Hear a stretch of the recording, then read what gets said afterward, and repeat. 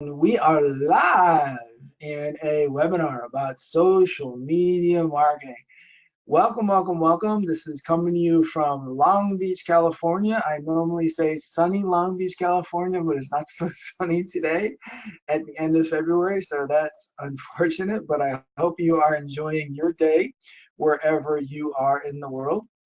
And I'm going to give you some incredibly powerful information about how to be successful on social media. And this is not social media 101. This is how to be a social media marketing rock star. I'm going to teach you how to be a rock star. I'm going to teach you how to tap into the rock star mentality, to understand how to connect with your fans and what it means for greater success in the marketing of your business. We are recording this, and you will get this recording as soon as the software is able to percolate it. I hope within an hour or two after the conclusion of this webinar. So I want you to get some great information, but I want you to have that recording as a resource so that you have everything. And this is me talking. I am the host of your webinar. You can laugh a lot. You can learn a lot with Mikelat. But you know what? I don't want to be the only one participating. I can't open the lines because it gets a little bit crazy with background noise. But there's a chat box on your screen, and I want you to participate in the chat. So ask your questions as we go along. This is our plan for today.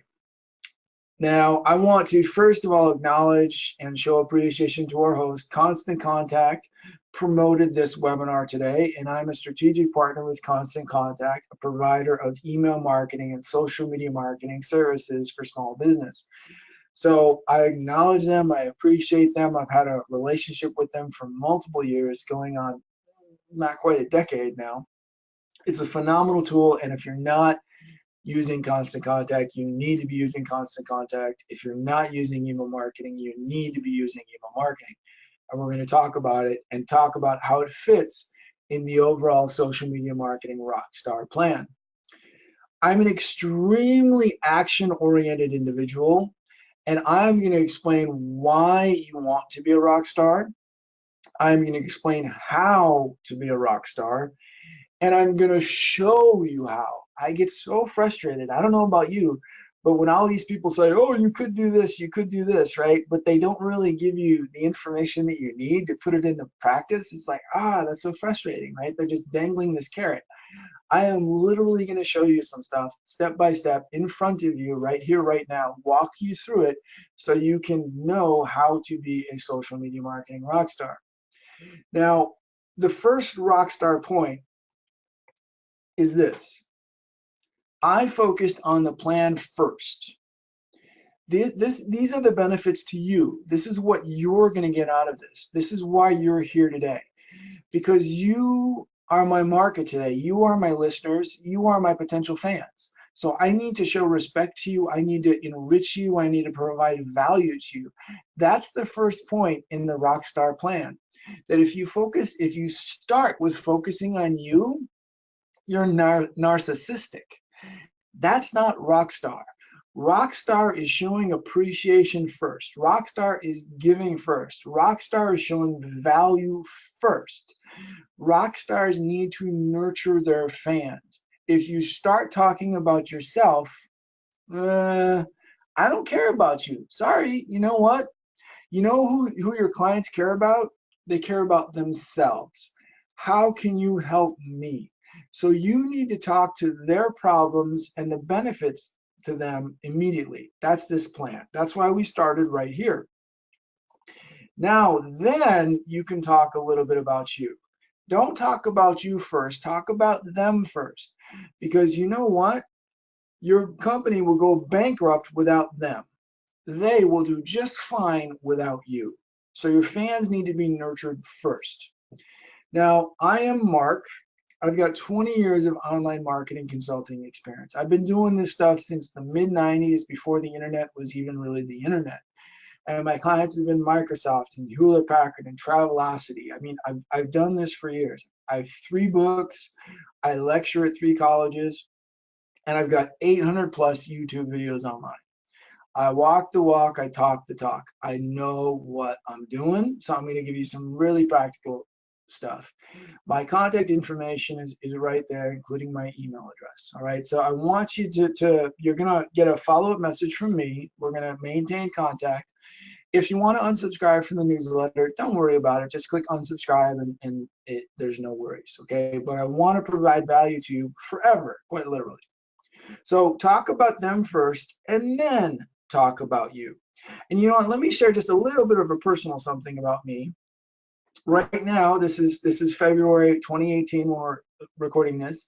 We've got the Winter Olympics going on, and I am so in the Olympics. Oh my gosh. I have been to, I think, 4 games, and you see some pictures on the screen right now. I've been to the London Olympic Games. I've been to the Atlanta Games. I've been to the Vancouver Games. There's me watching field hockey at the Olympic Games in Atlanta. I'm walking around the Olympic Village in London. There's me delivering the Olympic torch. I'm going to synchronized swimming at the Olympics.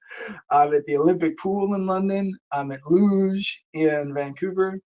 And right in the middle of the screen, you see one of my most prized possessions. That is a rejection letter. I was rejected for the US Olympics. I tried out and was rejected. And you know what? I am proud of the fact that I am rejected because I don't care. I was rejected by the freaking Olympics. How cool is that, right? Who gets to try out for the Olympics? It was super duper awesome, all right? So that's just a little bit about me. I am a fan of the Olympics.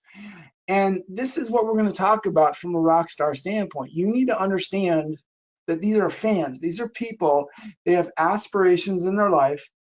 There are things that are important to them, and you need to speak to that. If you are not speaking to that, your marketing will fail, especially your social media marketing, because your fans will buy. Your fans are less price sensitive. I went to synchronized swimming. Okay, why? Because at the Olympics, you can't buy tickets for everything you want to buy, right? You pay a lot of money for these tickets for some events you don't even want to go to, but that's where you could buy the tickets, right? So, and then I got to get the hotel room and I got to travel to Canada or London, right? But that's okay because fans don't care. Fans want to connect with you and they're willing to pay a premium because of your awesomeness. You are the rock star, they are the fan. And as long as you nurture that relationship, you can be incredibly successful. But that's the crux here. You need to understand that there's a lot of emotion behind this because fans are loyal. Okay, and you know that the world goes crazy every time there's a new iPhone release. Oh my gosh, nobody freaking needs an iPhone, but millions of people want an iPhone. They will sleep on the sidewalk to be the first person to buy the $1,000 phone because they're fans. Now, is it a good product? Yeah, it's a good product, but you know what? That's maybe part of the equation. Of course, you can't sell garbage, but it's the emotional connection that really is the driver. Right? People are proud of their addictions to Starbucks coffee. And how much does a Frappuccino cost? $5, right? $5 every day, forever. And then people like take pictures of it and brag about it. That's fan loyalty. And when you have fan loyalty, your business is going to be enormously successful because not only are fans loyal, but they probably don't go to the concert alone. They bring other people. That's what happens on social media, right? If you are talking about yourself, that's marketing. If other people are talking about you, that's promotion. That's rock starness. When the rock star can really engage everybody in the auditorium to sing their praises and get people to the next concert, that's really where the value of social media comes in. And that's what I'm going to talk about because it creates this scenario. It creates a sold out situation. And when you are sold out, what happens to the price? Boom, right? When I'm going to these Olympic venues, they can only fit like 1,000, 2,000 people, right? And people want to go to this, boom. The ticket prices are expensive. but I love the Olympics. So I'm going to be frustrated that the ticket prices are expensive, but I'm still going to buy the freaking ticket. That's the point here. The emotional connection. The product can't be garbage, but the emotional connection is really what drives it home. So you are going to nurture your fans. And this is a technically imprecise word when we're talking about social media, because you're going to have followers, you're going to have friends, you're going to have subscribers. But I don't want you to think of those words. I want you to think of this word fans, because there's an emotional connection.